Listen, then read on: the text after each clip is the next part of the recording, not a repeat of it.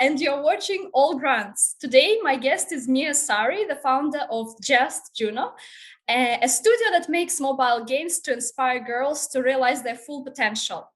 Mia, welcome to my channel. Hi, Vika. Thank you so much. Could you share more about what Just Juno is and why you came up with this idea? Yes, thanks for that. And I think you already explained it very clearly on the intro. So Just Juno is a gaming studio where our mission is to empower girls to reach their full potential through our mobile games. So I'm working on Just Juno with a friend of mine, Bree. She's a game designer, and at the moment we are working on our first game, which is a mobile game that highlights the stories of real female role models. And why do I do this? I think to explain that, I need to take you back to my childhood because I come from Indonesia. It is a conservative country, and I was actually raised by my mom. She's a single mom, and at that time, it was not common to be raised by a single mom in Indonesia. And so she was working as well at that time. So I was mostly by myself. And I think it was also influenced by the racial tension in Indonesia at that time. I don't know whether you've heard about it, but I'm actually half Chinese. My dad is Chinese. And I think during 1998, there was some sort of racial tensions, a lot of hate towards the Chinese in Indonesia. There was even a big riot about it. And of course, as a kid, I didn't know my identity very well, right? I was raised by a local mom, by an Indonesian. My mom's family are Indonesians, but I look more like a Chinese because of my physical feature. So there was a lot of insecurity. I didn't know where my place is at that time. So my escape was actually movies and books from abroad, and it really opened my eyes of the life outside of my life back in Indonesia, and also made me realize there was actually not a lot of women in the media, especially when it comes to superheroes, when it comes to the positions that are more technical in a way. So doctors and scientists, they are mostly men. And fast forward to when I come to Berlin, I started to become more active in a startup scene in Berlin, and I talked to other female founders. I talked to another female investors, for example, and it really opened my eyes. And I thought to myself, maybe I could do this too. Maybe this is what the girls also need, just to see that there is a possibility that as a woman, as a girl, you can also achieve, you can also be or do this type of things um, that are not common for girls, for example. So that's the reason why I created Just Wow, that's amazing until now. journey. And Thanks. could you give us a taste of what kind of game you are building, and what does the process of building such a game include? Yes, so the game itself is a choose your own adventure game. So we give the flexibility for the players, for the girls, to choose the kind of stories that they want to play. And in the story itself, they have the power to make decisions, and these decisions that they make will decide what the end of the story will be. So, and I think what we want to show in the game as well, that even if you make the wrong decisions, it is also okay, because it's just a game. So we want to empower them to make more bold decisions on the game. So I think it's more of a storytelling in that way. So that is the essence of the game, and the process that we need to do to create the game itself. So I didn't have any background in making games, but my co-founder has. And so it was a lot of learning for me. We needed to do a lot of testings because this is a story-based game. We also need to interview a lot of different women with different backgrounds, because we just want to show a lot of different possibilities. And because this is a game, it has to be fun. So we also test the story play, the gameplay, to make sure that not only the game is inspiring, it is also fun on the same time. it is also easy to follow. So a lot of testing, not only on the game content itself, but also on the design, the colors, and we're still on the process until now.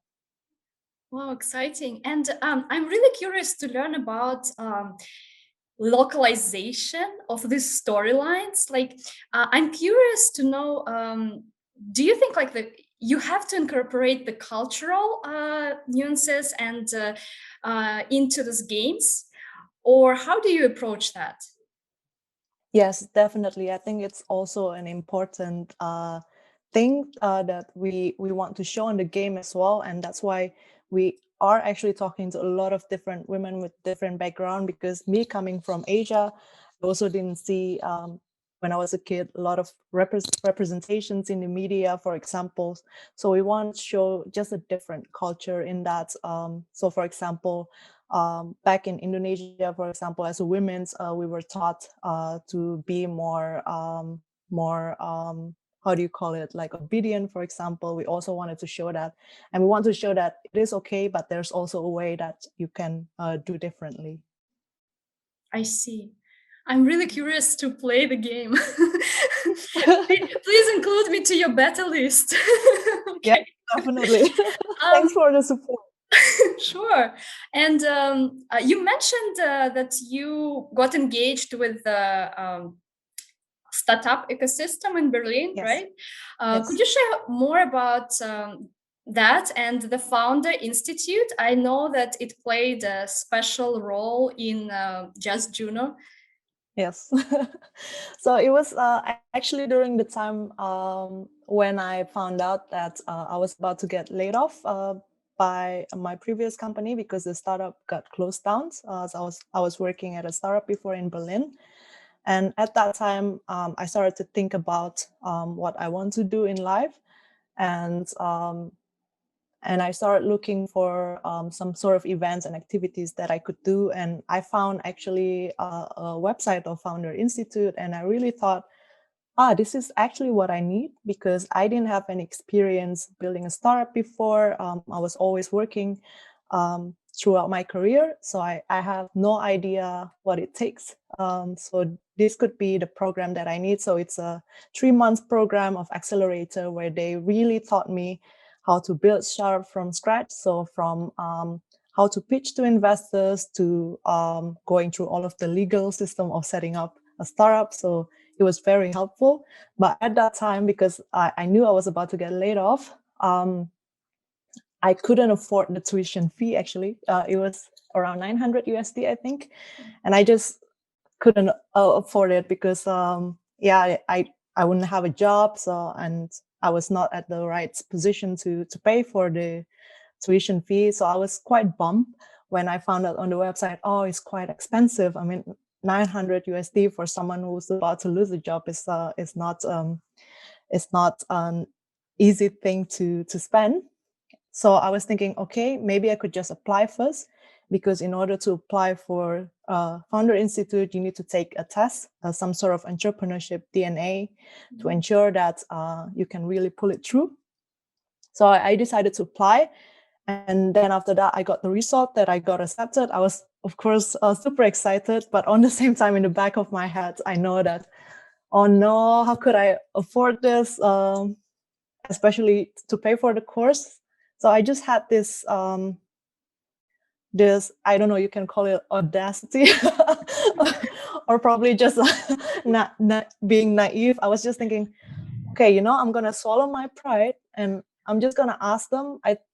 I'm gonna tell them the truth. Hey, I'm really interested in the program, as you can see that I'm really fit for the program. I passed the test.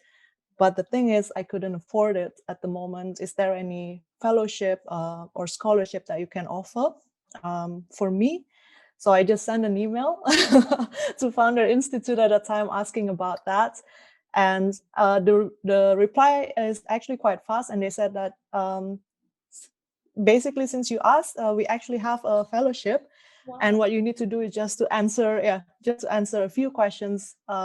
Basically, the question is more about, why am I the right person to get this fellowship? Why do I want to do this?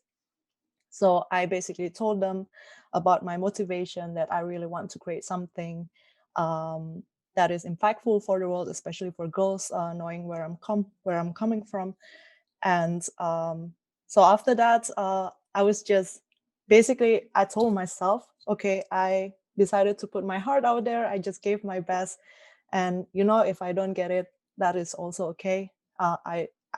The most important is I tried. And then I think a few days later, they gave me a result that I got accepted and I got in for free. Yes. Amazing. That was actually quite shocking for me. And that also gave me like some sort of realizations that sometimes it's just as easy as asking a question. That's a great insight, you know. So cool. Um, okay. And what did you learn so far on this journey about building games for impact? So building games for impact, what I learned first and foremost is, of course, you're making games no matter what kind of goal that you have. All games have to be fun. And I think that's what makes games very efficient, because when you are having fun, then it tends to stick, the lessons that you got from the game. Um, and also, I think when it comes about building games with impact as well, I know that building normal games, you have this standard way of measuring success by how many players you got, and the lifetime value per players, for example. But with impact, you have a different measurement, which is, for me, in the beginning, it's not so easy, right? Because you cannot just use the quantitative way, but you need also to think about the qualitative one. And my vision for Just Juno is actually, we want to take some of the profits that we have from the games to actually do something for the girls. For example, we want to provide free educations for girls, for coding, for science and maths. So those are the direction that I want to go. And yeah, it's not easy because you need to balance between profits and impact as well. But I think intention matters in this case, and I believe in that. I'm curious about the model, if you could share, so the business model. So do you mean that the game is going to be a paid game for the end user, right? Yes, exactly. So we are basically testing a lot of different business model for the games as well. Initially, we want to do with advertising as well, because that's my background. But we also think whether it's ethical or not, because this game is actually for education. Do we want to show ads, especially the ads that are completely commercialized? So therefore, we decided, okay, we will have a premium game instead. So we charge in the beginning a small amount of money, in order for us to survive as well. And then if we make some profits, then we can allocate the profits for our cost, which is for the education for girls. Sounds cool. And where are you with this project now? Like, what's your next step?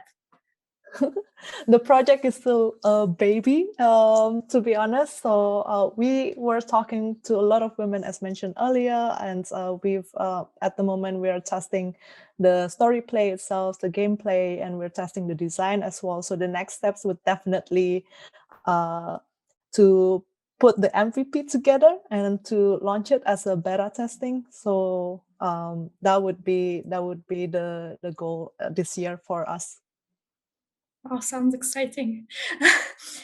That's cool. I have another question. Yeah.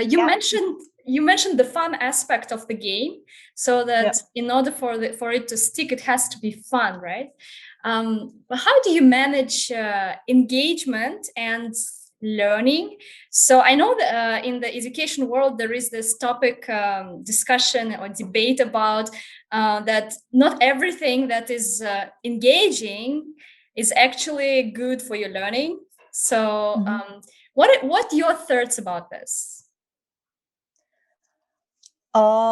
For me, I think because I'm making games now and we are testing with a lot of players as well. And on my end, on my perspective, the aspect of engaging is still very important, because when you engage with the players, you actually get their attention.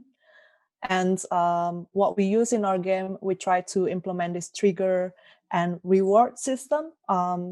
So every time they do something brave or they make a bold decisions, we're gonna provide some sort of reward, like a badge or something, to make sure that they actually motivate to get to the next level.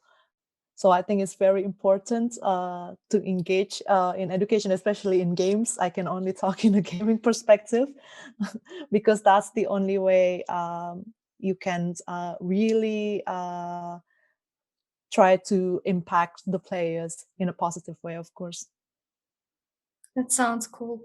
So, and my last question. So, you mentioned already about the impact, right? You would like to have.